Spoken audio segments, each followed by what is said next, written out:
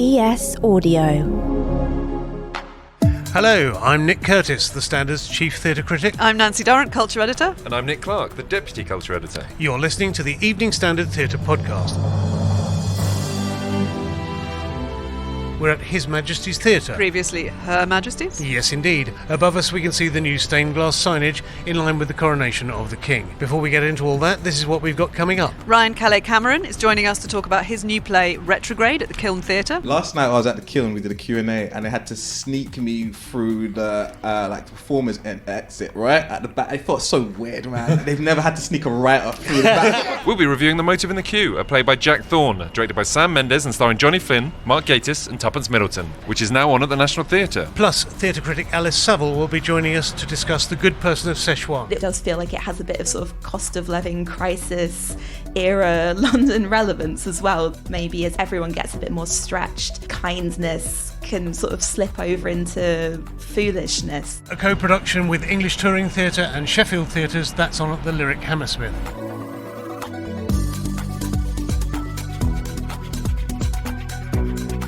Welcome to the Evening Standard Theatre Podcast. Today we're coming to you from His Majesty's Theatre, home to Phantom of the Opera. We're in the Royal Lounge, and with us here we have today guest critic Alice Saville. Hello, Alice. Hi. As we say, it's His Majesty's Theatre now, as of May the 6th, in respect of the coronation.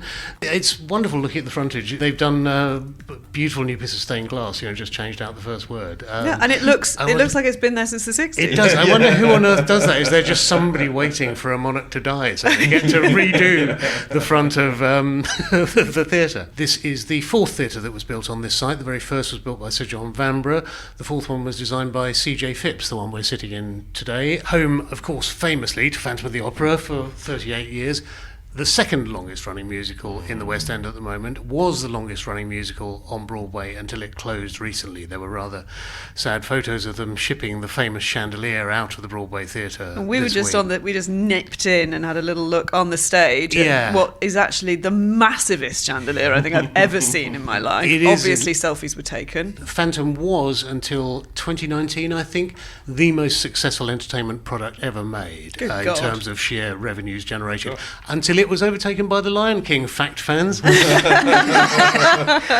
you go. I was trying to think about the Royals and theatre. I don't know if... there's been a play about King Charles III. Well, His Majesty's Theatre is the perfect place for it now. Yeah, They exactly. just have King Charles III running. Time for a revival, I think, definitely. I think I think the late Queen was famously fond of Warhorse, which maybe doesn't...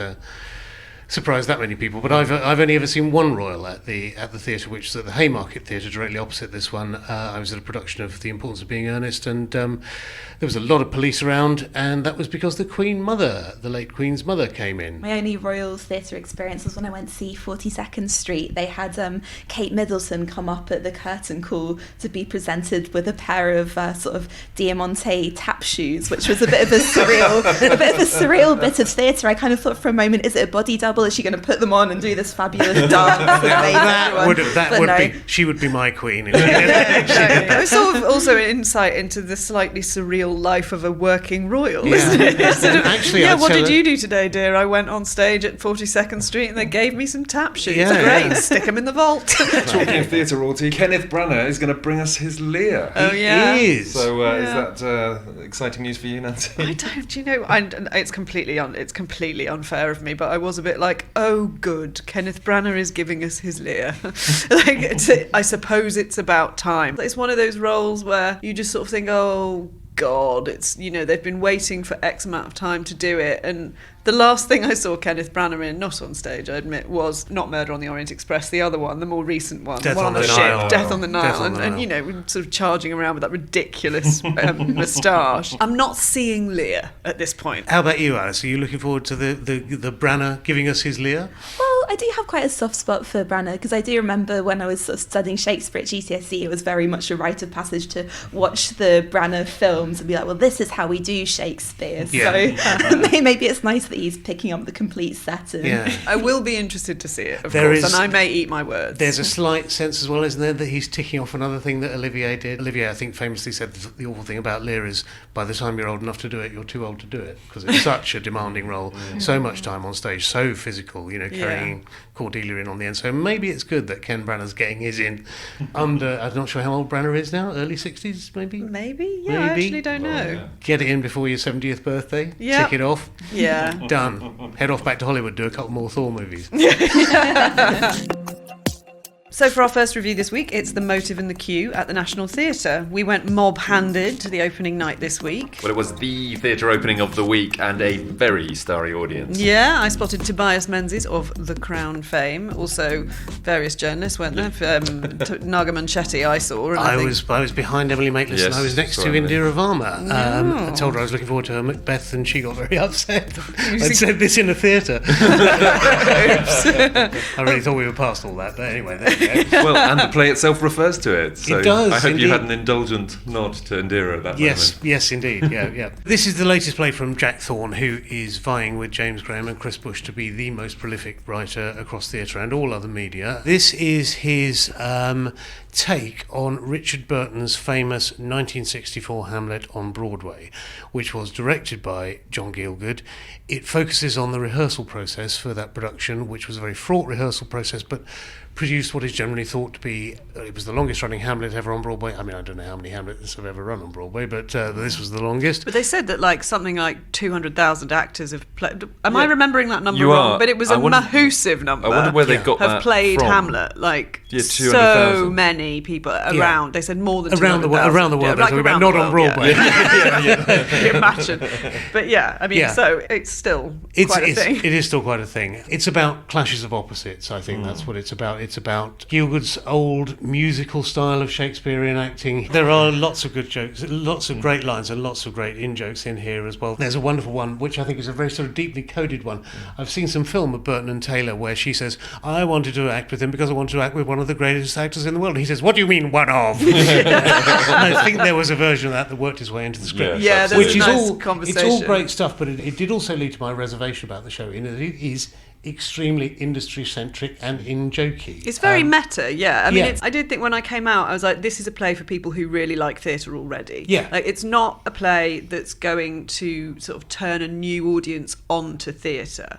I think the Certainly. new audience would still have fun. Well, no, absolutely. I think that's true. And, a few people who I've spoken to this morning, they don't go very often and they enjoyed it. Yeah. I took a friend who almost never goes to the theatre unless I take him, and he quite liked it. He sort of enjoyed it, and he was intrigued by the fact that it was these real people. And the thing is, I suppose, ultimately, not everything has to do that. Not everything has to kind of drive new audiences, but it's a play about stratospherically famous people, directed by a very famous person, Sam Mendes, Yes. and starring moderately famous people, and the National's got to make a buck. Do you know what I mean? Yes, I think that's true. kind of fine. And people who and it's really fun. Yeah, and people who do bring a different sort of cocktail of celebrity to the show. Yeah. It's interesting that Jack Thorne is, as famous for his TV writing and his film writing as he is for his theatre writing. Yeah. Ditto Sam Mendes, art house projects on the one side, James Bond on the other. Exactly. And you've got, Mark Gatiss from League of Gentlemen, Yeah. and Flynn and Tuppence Middleton bring their own sort of fan bases or their own sort of angle on fame to it. And this is partly, I think the play is about, it's about acting and it's about process, isn't it? It's about creating art, how you create art. Yeah. But it's also about commerce and fame and how those three can sometimes be at war with one another. And also, if the National Theatre can't do a love letter to theatre, who can, really? I guess exactly. that's true, yeah. But also, I think if it's this fun, it's okay. I think you're allowed Yeah. to, wallow in theatre if you want, because it's the idea of conflict, and I think people do like a glimpse behind behind Definitely. the curtain. Audiences never see rehearsal rooms, and they don't realise the sort of, the kind of weird lack of glamour involved in doing your scene with a fake skirt tied around you because you'll have to walk in one, stuff Yes. like that. It's fun. Yeah. Should we talk briefly about the performances? Yes. I thought Mark Gatiss particularly was excellent. Yes. It would be, I think, very easy to tip that performance into parody because Gielgud does have that sort of old-fashioned, softly clipped poise, and he is a bit very arch. melodious sort of Very thing. melodious voice, my dear boy. But I think Gatiss just about manages to keep it on the right side of the A lot line. comedy comes in through Yeah. that. Yeah. Him mouthing along the words. I noticed that every now and then, if you watched him, it was really interesting. Ah, Mouth fantastic. along to when Burton was doing the speeches. Yeah. And obviously, a big contrast is him basically saying, this is how you should do it, this is how I did it, and Yeah. Burton going, no, I want to do a different one. Please stop telling me how you did it. But similarly, I think Johnny Flynn as well, Burton's voice is one of the, even though he died several decades ago now, he's one of the most recognisable ones. Still, I would say, and it's very hard to try and capture the essence of an extremely famous person without doing an impersonation of him. Yeah. He particularly got the sort of diction, that very sort of terse diction that Burton has. I thought he had it absolutely down pat, and the physical energy and anger of the man as well, the way he sort of paces around. I think he carries the physicality of it really well, despite being actually quite a slight man. He's not very tall. No. He's really quite a sort of slender dude. I don't think Burton was a big man, though. No, but he gives the impression of being Yes, a big man. he Do you know does, what I mean? yes, And that's yes. what's funny about it. If you'd said to me, just without me really looking at pictures immediately of Richard, full-length pictures of Richard Burton, if you'd said, like, who could play Richard Burton on stage, I would have actually weirdly said someone like Bertie Carvel, because he's a brilliant physical actor. Yes. And he also has this sort of unavoidable presence of a kind of 6'3" bloke. Yeah. So not The Rock then? That I would weirdly like to see, but still. But I think actually, Flynn pulls it off. Yeah. Absolutely brilliantly. He also has that very slight, although he's a very handsome man, he has a slight cragginess about his face, which works really, really well. Yeah. Shout out to Tuppence Middleton. Doing a lot with actually not quite as much as everyone else. Not quite as much, because you talk about not being allowed into the rehearsal room. Liz Taylor is not allowed into the rehearsal room. I know, it's quite weird, isn't it? You think at some point she's going to get let into the rehearsal room. She never shuts up about not being let into the rehearsal room, but it never happens. So she's sort of shut up in this lustrous pink hotel suite with the paparazzi baying outside. This new phenomenon of the paparazzi, which is basically almost created by Burton and Taylor, by their relationship. They created that beast. Can I say what's also brilliant about this is you get a few edited highlights of Hamlet without having to sit through all 4 hours of Hamlet. That is true. Sacrilege! And they speak, I'm But sorry, true. I apologise. Totally true. But they speak it beautifully, and there's moments great. where, I mean... I was like, I want to see Johnny Flynn's Richard Burton Hamlet. Yes, all of it the same. The end of Act 1, Mark Gatiss as John Gielgud gave a beautiful just a monologue, just very sad, and it was stunning. And actually Janie Dee has a wonderful moment as well, where she she does that beautiful bit where there is a willow grows a scarlet. Gertrude. Gertrude, thank you. He's talking about Ophelia and telling, the story of how she was found and how she died. It is incredibly touching, actually. It's rather lovely because you see it. I like this device that they have where you sometimes have the actors just standing at the front of the stage with a black backdrop as if they are on stage doing the role, and then it will lift and they'll be suddenly in the rehearsal room and everyone is responding to what they're doing as in the rehearsal room. And you see the actors responding in the way that you've just been responding, and it's really lovely, actually. Janie Dee plays Eileen Hurley, who is only, I think, 7 years older than Burton, but playing his mother. And I think she played Gertrude in Olivier's Hamlet on the film as well, and he was actually older than her when she was playing his mum. Which again, it's another lovely in-joke. And excellent design by S. Devlin, who is one of the best designers out there, isn't she? I mean, she always knocks it out. That ending, I loved it. Yeah. I really loved it. That was And beautiful. here, there's a sort of sliding set of screens that open like a sort of film camera aperture to reveal this sort of stark rehearsal room, or this sumptuous boudoir where Liz Taylor is mewed up like a sort of slightly sexually unfulfilled princess. Yeah, it's funny, isn't it? And also, really good direction by that little known chap, Sam Mendes. It was It's expertly directed, so incredibly brilliantly put together. All those set changes and the way that characters step out as if they're doing Hamlet gives them time to change the set without you thinking about it. Bloody really clever. Yes. On a side note, Sam Mendes has been promising a one-to-one interview for 30 years and still hasn't come through. So Sam, if you're listening to this, now's the time. Time for a quick break. Right after, we'll be joined by the hottest playwright of the moment, Ryan Calais Cameron, to chat about his new play, Retrograde. If you're enjoying the show, why not hit subscribe and give us a rating? I'm Lenny Henry, and you're listening to the Evening Standard Theatre Podcast. We're now joined by Ryan Calais Cameron, writer of Retrograde at the Kiln Theatre and For Black Boys Who Have Considered Suicide. When the Hue Gets Too Heavy at the Apollo, which finishes its sold-out run, I think, tonight, 7th of May. Ryan, welcome. Hello. Thank you so much for coming. Yes, look, it's really nice to meet you. We'd want to talk first about Retrograde. Could you tell the listeners what the play is about? Yeah, basically a young Sidney Poitier, he's 28 at the time. He's kind of like mini break, Blackboard Jungle. He's going, okay, you know, there should be loads of roles for me. He realizes that there isn't. And then he gets a contract for a brand new play by one of his friends called Bobby. And he thinks he's coming in to sign the employment contract. He realizes that it's a little bit more sinister than that. And he's offered a loyalty oath. And we kind of unpack that. But essentially, it's about a young artist kind of having to make a massive dilemma about weighing up his integrity against what it means to kind of move ahead in the industry. And how did you come across that story to start with? Yeah, I was doing loads of research on Sidney Poitier because I'm someone who hates to not know stuff. So I was like, how comes everyone keeps talking about this guy? Let me do some digging. And I was looking at loads of his interviews, and I came across one where he speaks for about 2 minutes about this time where he was trying to do this new film and the loyalty oath came on his table. And I knew quite a lot about that. I knew a lot about the Hollywood 10 and stuff, but I never heard it from the perspective of a black artist. I was like, I've never heard of this blacklisting for black people. And I was like, such an icon. It's so weird that we've not heard the story before. So I did more digging, read one of his biographies, and there's about like half a page to it, and that's it. But in my head, it was like, this is an incredible kind of political thriller. Why has no one written about this? I was like, you kind of go, oh, someone should write about it. And I was like, why don't I write about it? Yeah. It's a gift. I can do that. Yeah.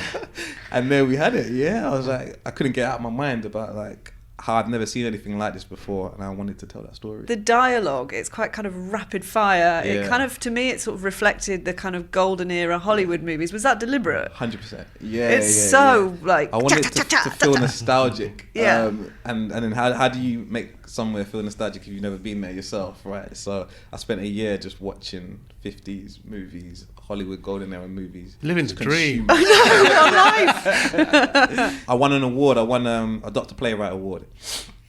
And that gave me a little bit of money at that time to kind of do my research. Yeah. I could never have done it without that money.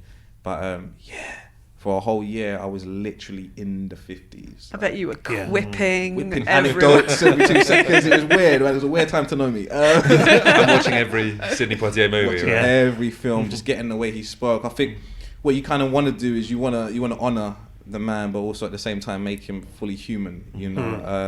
So I was listening to what other people said about him, and it was interesting how he has this kind of really cool, calm demeanor. But when people speak about him, they're like, if you get on his nerves, Sidney can snap. And I was like, that's what I want to hear. Yeah. I want to see those levels to him.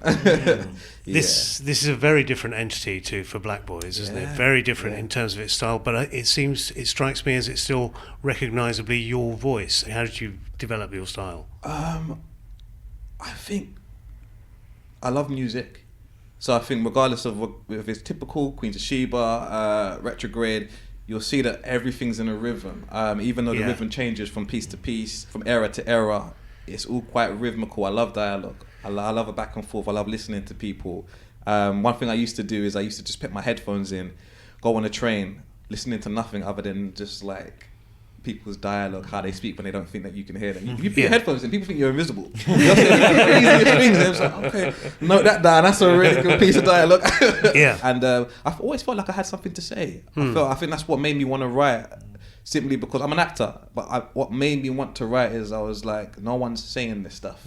But outside of theatre world, we're always talking about this kind of stuff. So why is nobody saying it? I didn't realize there was reasons why people wasn't saying certain things. I was just like, no one's saying it, I'm just gonna say it. And then, and now everyone's like, oh my gosh, like you're writing so unashamed and it's so bold. I'm like, I was just writing stuff that was on my mind. Brilliant. You really moved away from the acting in that sense, fully concentrating on the writing. At this moment in time, I think essentially I'm an artist, and I feel like I was quite boxed in as an actor, and I felt quite frustrated all the time. I was just like, oh, why is no one writing this? Why is no one I wrote my first play, and I was like, oh my gosh, I get to be the master of this whole entire world. This feels quite nice. I haven't kind of looked back. Captain of your own destiny, Yeah, isn't exactly. it? Yes, yeah. Whereas For Black Boys was very sort of fluid, very poetic. Yeah. This is very dynamic, and it unfolds in real time. Yeah. Was that something that you set yourself as a sort of goal to begin with, or 100%, and I think I needed that year because I knew what I could do. It's interesting. I think sometimes as an artist you can go, this is what people like, this is what they want, it's almost my brand, let me give them more of that. Yeah. And I feel like as a young artist I was like, I don't really know what my brand is. I don't want to have a brand. I always want to play like I was when I was a child. Every game is different, everything is different. I want to play to feel different. So this was probably my biggest challenge. Structurally, it had to feel and be structured in a kind of classic kind of play, but it also had to 100% feel like it was my version of that. So that's what I was toying with in here. How do you approach putting a real character on stage, because you don't want an impersonation, do you? Exactly. So I think what it was when we sat down and we really spoke about who this person was, why do we hold them in the vein that we do, and then adding that human aspect to it. What would you do in this situation? What would you do in this situation? You can watch as many Sydney tapes as you want, but essentially, how do you come away from the icon and the legend and actually create a three-dimensional human being in real time? What would he be thinking in this time? And I think one of the major things is, for us as a group of people, is we only ever see him in this proper, strong, stoic kind of position. And there were times where I was saying to like Ivano, or Amit was saying to Ivano, you got to be more vulnerable here. And Ivano was like, but Sydney's not like that kind of thing. And we were like, I know, but imagine this is the version of Sydney that we see where he's not being Sydney, and as soon as he tapped into that, we started seeing the lovely stuff that he's really given. Because I think that's what this is, a snapshot. We should name check Ivano Jeremiah, who plays him. Ivano Jeremiah, Incredible performance, I thought. Great performance. He doesn't look a lot like Poitier, but he is Poitier. And you cannot take your eyes off him when he's at all. Extraordinary charisma. Absolutely incredible what he's doing. You directed For Black Boys, at least I think in the West End. Yes. Yeah. And at the Royal Court, But you worked with Amit Sharma on Retrograde. So how, as a writer, do you find that sort of difference? Like, I mean, being master of your own destiny in such a huge way, but then handing something over like that. It could have been very difficult. There's like about 20 versions of how this could have went in my head, and this version that we did is the one that worked. This is the universe where it wins. Even in terms of when I'm giving my notes, I have to really think about it and go, are these directorial notes or are these actual writing notes? And then kind of go, okay, cool. Let him. I think what it is essentially is trust. Me and Amit met quite a few times before he went away to direct it, and the main thing for me is that we were on the same way of thinking. So even when I had notes, there was no kind of pushback because Amit was already thinking about those things anyway. And I was so happy that, it was somebody that I trusted. We were in the same headspace and we wanted the same things. We saw that we had the same vision, which is so rare. It's so very rare. Because I've been on projects before where I'm just like, that's not it. The buzz around you is massive at the moment. And from the outside, we've seen For Black Boys and Retrograde in such a short space of time. And obviously you have Queens of Sheba and Typical as well before, but it feels from the outside like it's just been a kind of like, whoop, unbelievable, sudden thing. But how does it feel to you? Like an unbelievable sudden. Do you know, I think the weirdest thing is, up until last year, I used to be able to sit in the shows and just watch the show, and then go home and listen to people talking about it on the way home. Like, that's nice. It doesn't happen anymore. I'll come off the train and be like, Ryan. Last night I was at the Kiln, we did a Q&A, and they had to sneak me through the performers exit right at the back. It felt so weird, man. And they were like, they've never had to sneak a writer through the back. They're like, what's going on? But there is this kind of, people don't just want to talk, they want to talk to you. I met a lady yesterday who was like, I forgot my letter, I had a letter for you. And I was just whoa. Wow. Like, it's a lot. And I'm someone that's really quite private. I don't even live in London. So I think I've been quite overwhelmed in the last kind of month. Yeah, but I love it. I love the fact that people feel that way about the show. And they want to continue conversations, because essentially that's what it is. I'm not going to have all the answers in the show, but I want to start a conversation. So I also want to be around for that conversation, but also know how to protect my own mental health and go, okay, got to wrap this up now. Because it deals with extraordinary issues, all sorts of issues, and that many have never seen on stage before and talked about. And I wonder, from your point of view, this has been sat with you. I know you wrote it in the pandemic, but it's sat with you for over a decade, really. And your very first monologue to become an actor has found its way into the show too. So what's it like for that to arrive on the West End? Yeah, I think maybe on Sunday when we close will probably be my first time sitting in the show and going, whoa. I think up until that moment, I'm still noting it. I'm still like, it's not there yet. It's very difficult for me as an artist to kind of, but I think last time at the Royal Court, when I watched it in the last show, I was like, oh my gosh, this is my life. This is so much of my life and people that I know. And I got to view it as the audience view it, as opposed to someone that's responsible for it. Just to come in here, I walked through Shaftesbury Avenue, and you go, that's my name. And it's so weird. I think at this particular moment, it almost feels like it's not my name.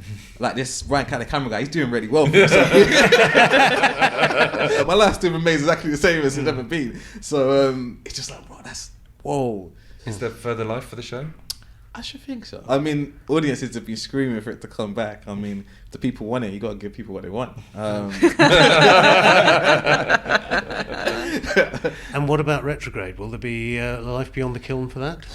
I hope so. It'd be really nice. It'd be, I think. I'd be astonished if I'll there enjoy was. that. What's next for you? There was 5 plays that I wanted to write in 5 years, and Retrograde was the final piece of that kind of study on Black identity over the ages. You know, obviously you had Typical that was set in the 90s, and now Retrograde set in the 50s. So I don't know what I'm going to write next in terms of a play, but TV's been keeping me quite busy. A lot of theatre people have been like, don't let them steal you away. I'd second that. Exactly. But no, they don't love you like we do. I feel like a kid still. Like I really want to. That's why I feel really weird when people talk about me in a certain way. I'm like, I'm a kid. This is elementary. I'm still getting started. So I'm going to explore. Doing a lot of good TV projects. I just finished doing. I did Flatshare last year. That went on to really great things. Queenie, Channel 4 drama. That will be. I think that's later on this year. That's based on the Candice Carter-Williams book, best-selling book. And that came about because she saw For Black Boys. She saw For Black Boys, and then we started a conversation, and she was like, yeah, get on this project. And I was like, you sure? She was like, get on this project. And honestly, it's been one of the most fun I've ever had in a writer's room. The way she conducts her room is incredible. I was the only guy there as well, so there was a lot of pressure in that, in that sense as well. But beautiful project. So yeah, I'm doing some of my own stuff now. Brilliant. Well, we look forward to the next play. We cannot wait. Yeah. Thank you, man. Yeah. Thank you so much for joining us. Bless you guys. Yeah. Appreciate it. That was Ryan Calais Cameron. Ryan's play is now on at the Kiln Theatre in Kilburn. Coming up after the break, we'll be reviewing The Good Person of Szechwan at the Lyric Theatre, Hammersmith. In the meantime, why not give us a 5-star rating and hit subscribe?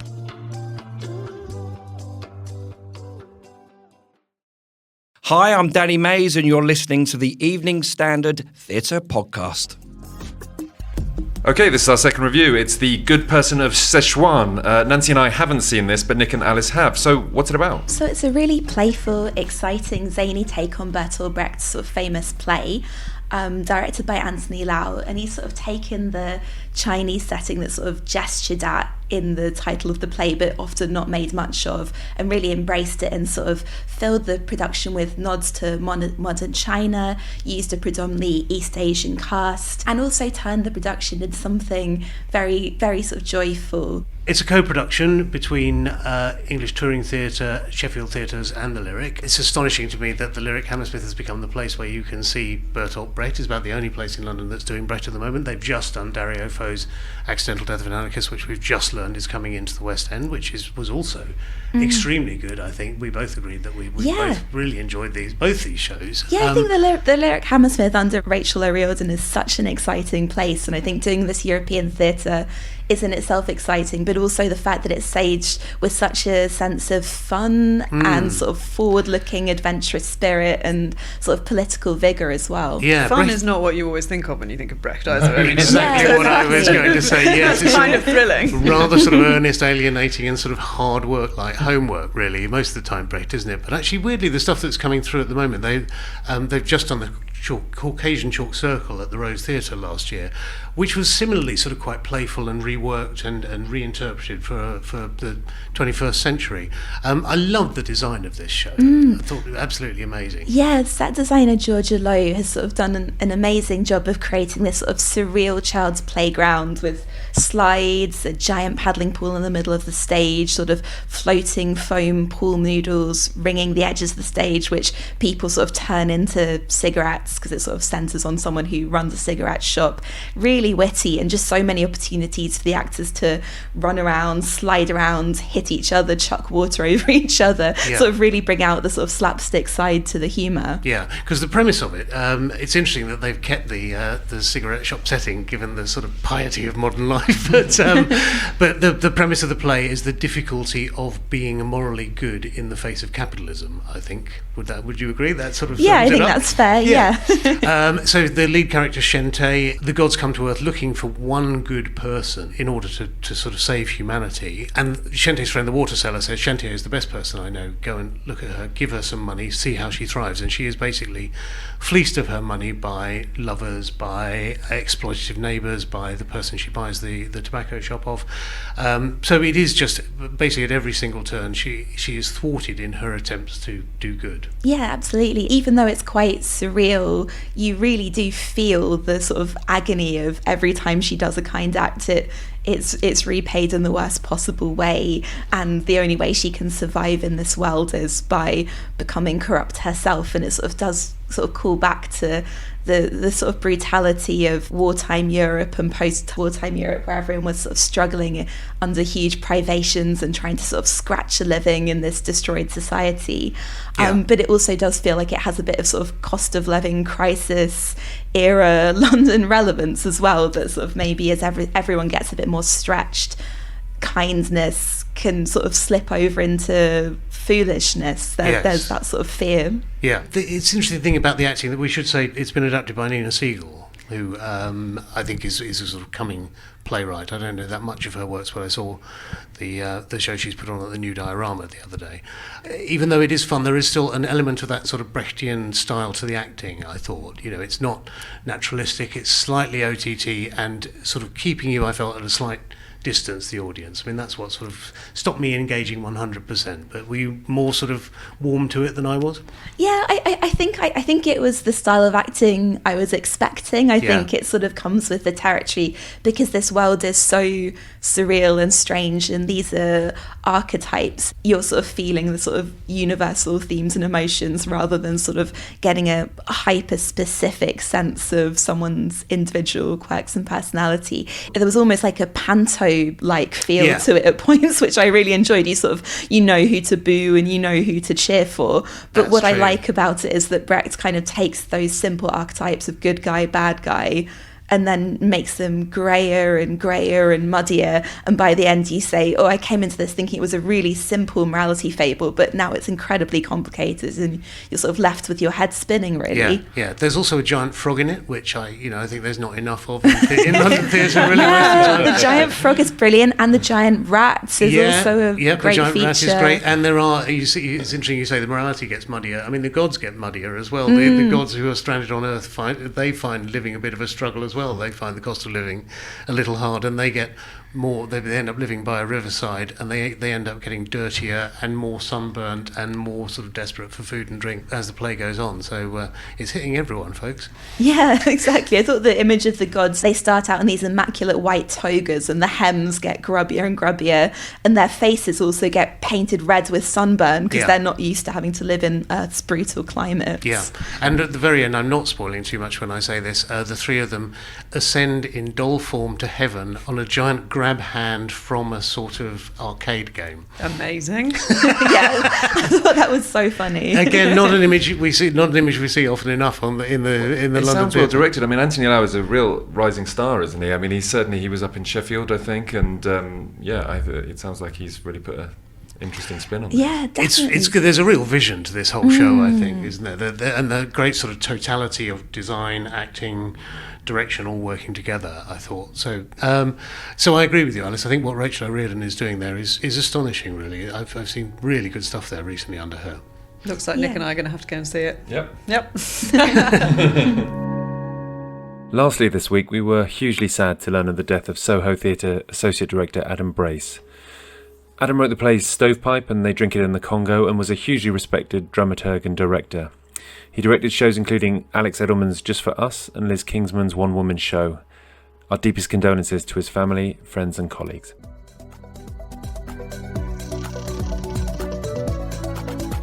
From His Majesty's Theatre, this has been the Evening Standard Theatre Podcast. You can find all our reviews and news online at standard.co.uk and all our other episodes wherever you get your podcasts. Thanks so much to Alice Saville for joining us. Thanks so much for having me. And of course, if you haven't yet done so, hit follow or subscribe so you'll always be reminded when a new episode drops in. See you next time.